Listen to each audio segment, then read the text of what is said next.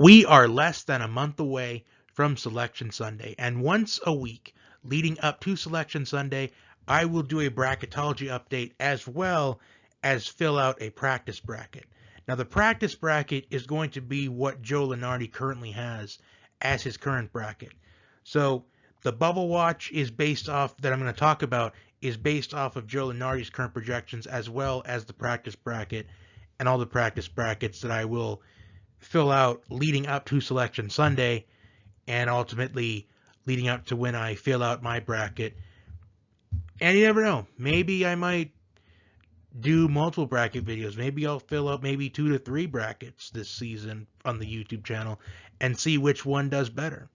Or I could maybe do, I don't know, maybe do it based off a coin flip or something, or have random.org fill out a bracket. I don't know. The possibilities are endless. So anyway, enough with that. I want to address the bubble here. Now, according to Joe Lunardi, the last 4 byes are Iowa State, Oklahoma, Rutgers, and San Francisco. The one thing that I don't agree with here is Rutgers being in one of the last 4 byes, because I don't think they should be there. I think Rutgers has been playing like a 9 seed, maybe even an 8 seed in these last couple of weeks.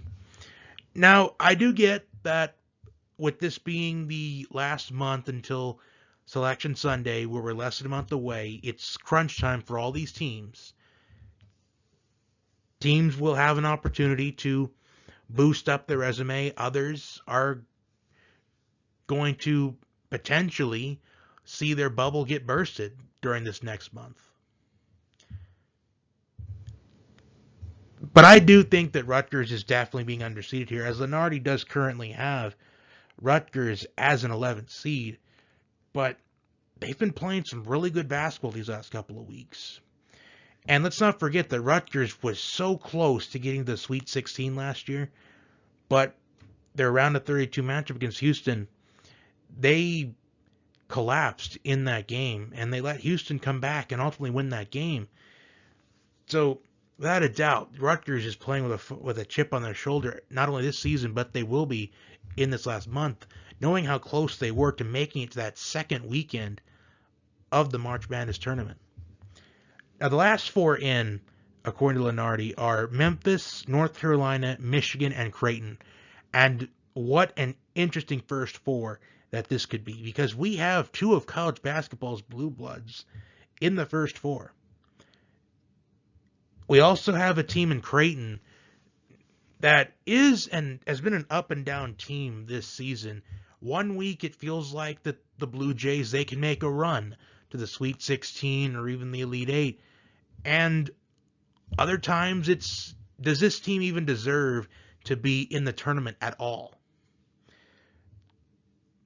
And I'm not doubting any team like in this bubble watch to make a run, because UCLA was on the bubble watch throughout the entire last month, and or the last couple of moments of the bubble watch. But the closer we get to Selection Sunday, the more this bubble watch is going to change almost on the daily. But UCLA, they made it from the first 4 to the final 4 just last season. So I'm not doubting that North Carolina could maybe make a run to the Sweet 16, or Creighton can make a run to the Sweet 16, or even Michigan make a run. I mean, Michigan just picked up a big win last week against Purdue, and they dominated against Purdue. And Michigan, they're going to have an opportunity to boost up their resume even better, because they have Wisconsin coming up, they got Rutgers coming up, which is going to be a big game, because Rutgers is also in this bubble watch. They got Illinois coming up. They've got a lot of big games coming up. They got Ohio State coming up, Michigan State coming up, Iowa coming up, who right now Lunardi has as a 7 seed. So the Big Ten, once again, is going to get a bunch of teams in this tournament. But how is it going to be for them once they get to the tournament is going to be a big question. The first 4 out, according to Lunardi, are BYU, Oregon, SMU, and San Diego State. Now, Oregon, they had an opportunity to boost up their resume against Arizona, but they couldn't take advantage of the opportunity. They had that game. They kept it close the entire time. They stayed in it, and it ultimately came down to the wire, and they couldn't pull off the upset. So I expect their bubble to, well, I don't really want to describe it as a bubble at this point, but I will say that their bubble line might fall below to the next four out, because one of the next four out, according to Lenardi, they boosted up their resume today. And the next four out are Kansas State, Florida, Belmont, and Virginia Tech. And Florida picked up a massive win against Auburn this weekend. And I'm saying today because I'm recording this on Saturday night. But Florida, they picked up a massive win, and I honestly think that it really saved Florida's tournament hopes. Because a couple weeks ago, earlier in the season, it looked like Florida, they had a really good shot at making the tournament, and then they started to struggle. But with picking up the big win against Auburn, I think the mission for Florida to get in this tournament, they have Arkansas coming up next week on the 22nd. I'm assuming that they're going to take care of business against Georgia and Vanderbilt, but you never know. So let's just say that Florida, they take care of business against Arkansas next week, and then Georgia, and then Vanderbilt. They take advantage, if they take advantage of the momentum that they're on right now. They beat Arkansas. Huge resume booster. Win against Georgia and Vanderbilt. We're setting their chances up to get to this tournament against Kentucky on March 5th. And if they can win that game against Kentucky on March 5th, after beating Arkansas, then taking care of business against Georgia and Vanderbilt, a win against Kentucky, I think that Florida can go from the next four out all the way to at least that last four, like the last four byes. Because I think to just get to this tournament, beat Arkansas, beat Kentucky, and then just to provide a little more insurance, win about 2 games in the SEC tournament. 1 might do it, but 2 I think will definitely do it. So I just really went over, I just wanted to go over that one team in each of those 4 sections that really stuck out to me. So Rutgers stuck out to me in the last 4 because I felt like it shouldn't really be in there. Michigan stuck out to me because they have a huge opportunity coming up. I did address Creighton a little bit. Oregon I addressed from the first 4 out about how they're going to probably fall the next 4 out because they couldn't take advantage of picking up an upset against Arizona. And I think Florida, now with the upset against Auburn, I think they move into that first 4 out. And then if they can beat Arkansas, then I think they're going to sneak into that last 4 in. And if they can beat Arkansas and Kentucky, assuming they beat Georgia and Vanderbilt, I think they can sneak into the last 4 byes. So now that the bubble conversation is out of the way, I do want to fill out my practice bracket here. Now, I'm just going to go over one quadrant at a time. So as you can see, this is the West region. As you can see, Gonzaga is the number 1 overall seed in this tournament. And this play-in game between Norfolk State and New Orleans, I picked Norfolk State to advance in that play-in game. I think if this really was the matchup, I just feel like Norfolk State, whenever they make the tournament, they win at least 1 game. And we saw that, and I believe it was 2012, I think it was, when they beat Missouri as a 15 seed, and then they won their play-in game last year in the first 4. So I think Norfolk State advances there. But then Gonzaga beats them easily, so Gonzaga moves on there. Wyoming and Murray State, I have Wyoming advancing. Alabama versus the winner of North Carolina and Creighton, the play-in game. Now, I have North Carolina winning that game.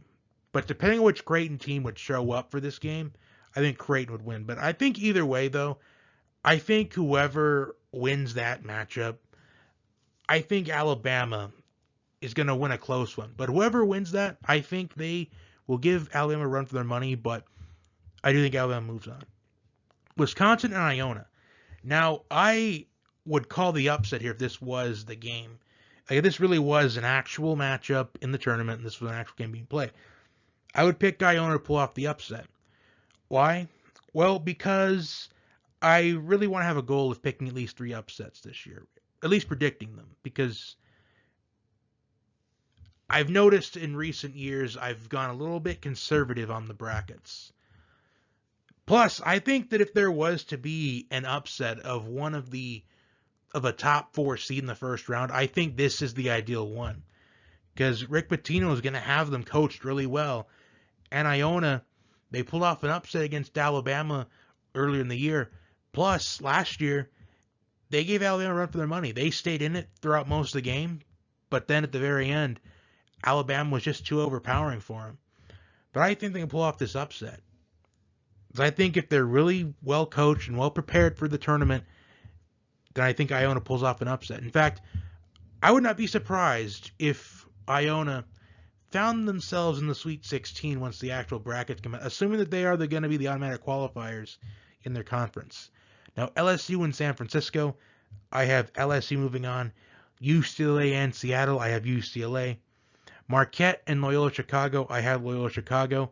Because every time they've made the tournament recently, they've always made it to the second weekend.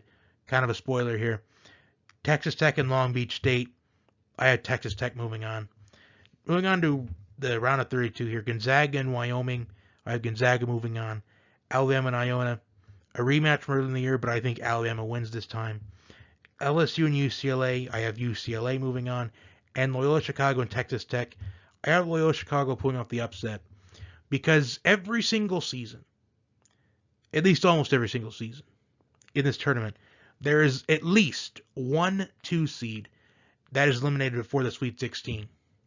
And based off the 2 seeds that Lenardi has in this projected bracket, I feel like that would be Texas Tech that gets eliminated. I mean, I could see Purdue maybe getting eliminated, but based off the matchups that are around Purdue's side of the bracket that they'd be facing, I think Purdue can at least make the Sweet 16. And Kentucky, they look like one of the stronger teams heading into the tournament. And Duke, well, they're Duke. So it feels like either Duke will win the whole thing or they'll be knocked out in the first 2 rounds. So moving on to the East bracket now. Kansas and Cleveland State, Kansas. Boise State, Miami. Houston and North Texas, I have Houston moving on. Illinois and Ohio, I have Illinois. USC and Rutgers, I have Rutgers. Providence and Texas State, I have Providence. Iowa and TCU, I have Iowa. And Kentucky and Colgate, I have Kentucky. But if this was an actual matchup, I would not be shocked if Colgate gave Kentucky a run for the money. Because they gave Arkansas a run for the money last year in the first round. And they stayed in it for most of the game, but at the very end, Arkansas was just too overpowering.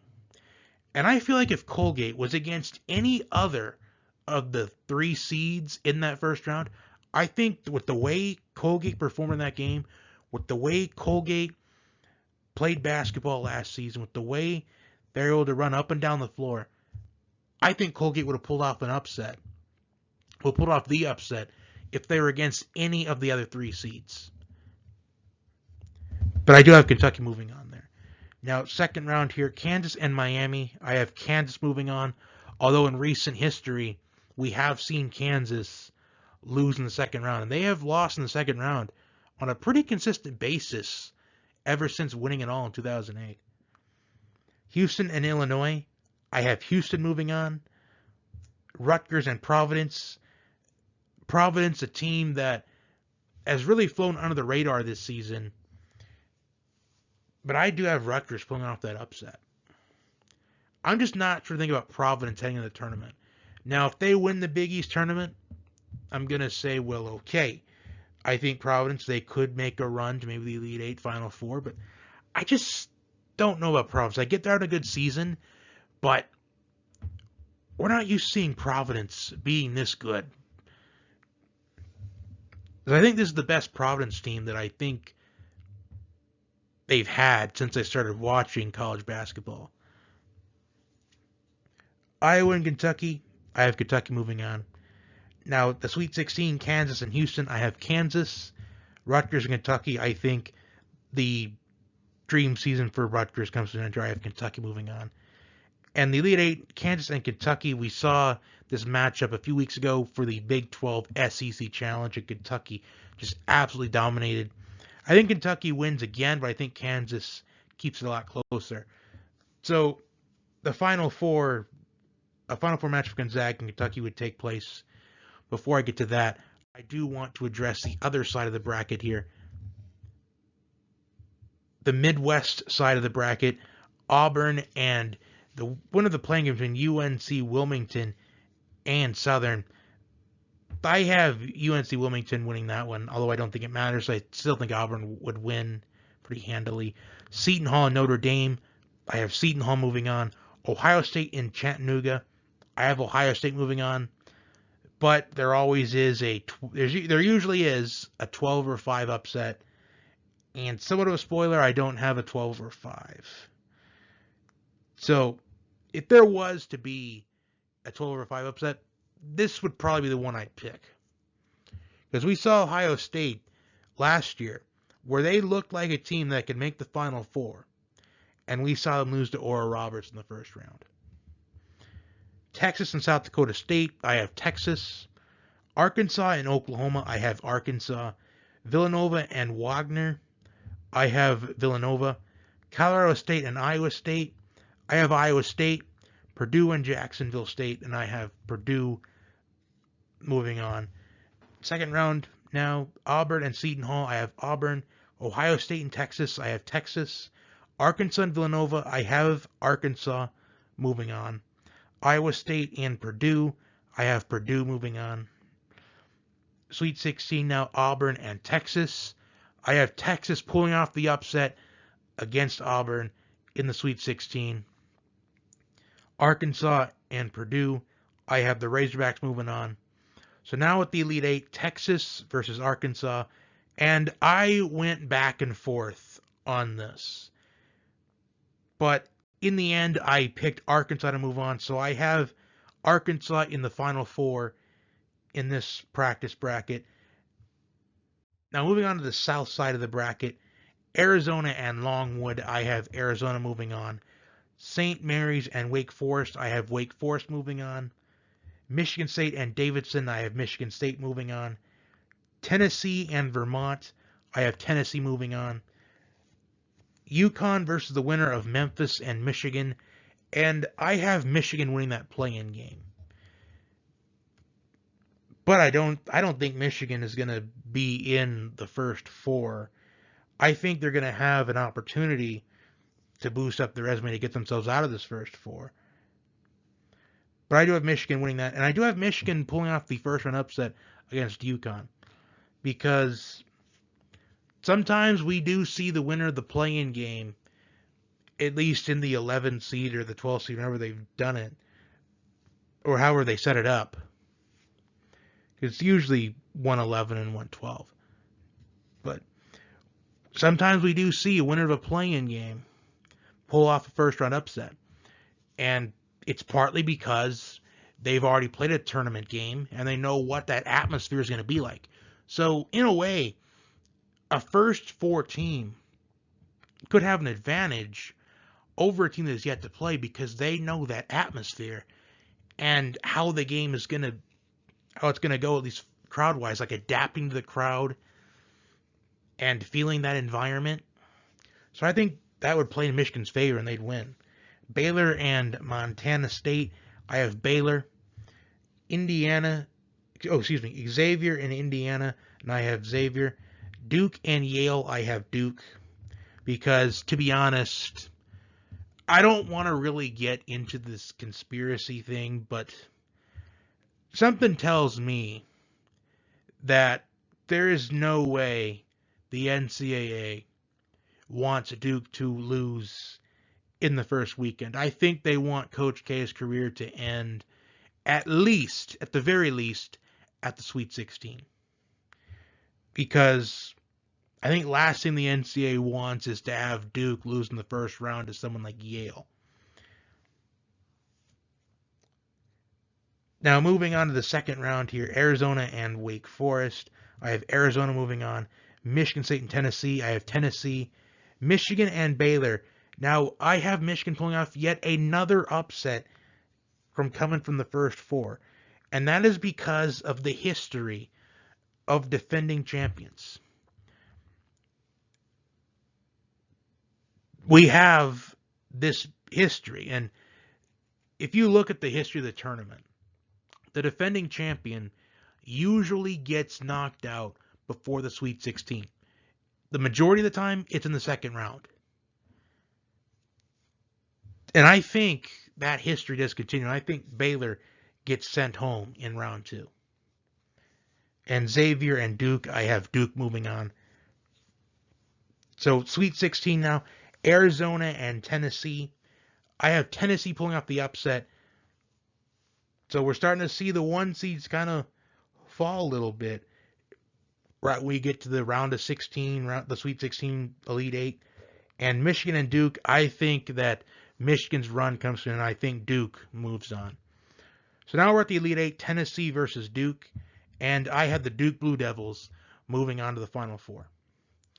So to recap here, my Final Four for this mock bracket or practice bracket, whatever you want to call it. I have Gonzaga versus Kentucky and Arkansas versus Duke. Now, Gonzaga and Kentucky. Moving on to the championship game, I have Kentucky.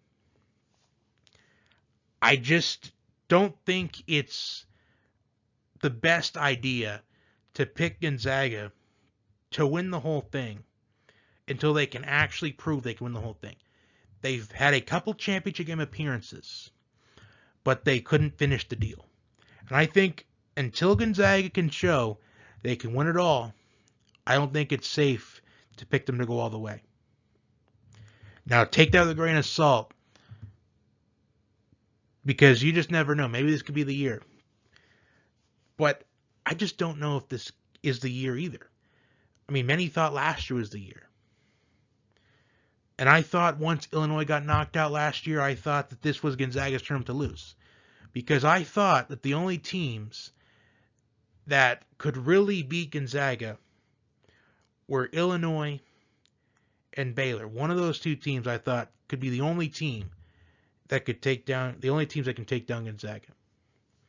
And, well, Baylor did ultimately take down Gonzaga, but I unfortunately had Baylor losing in the second round in my bracket last year. So I have Kentucky moving on. Moving on to Arkansas and Duke. And advancing to the championship, I have Duke. So, championship night in this mock bracket, I have Kentucky and Duke. And in this practice bracket, winning the NCAA tournament for the year 2022 is the Duke Blue Devils. And the NCAA couldn't be any happier to see Coach K go out on top, really defining his legacy as one of, if not the greatest college basketball coach of all time. And you could really debate that all day, whether it's between him or John Wooden, but I just think that this would solidify his legacy as being one of, if not the greatest. So that is all I have for you today. I apologize that it went over longer than I thought. Next time I'm going to try to keep it to within 15 to 18 minutes to kind of cut it down a little bit. But like, share, and subscribe. Comment your thoughts. And until next time, have a wonderful day.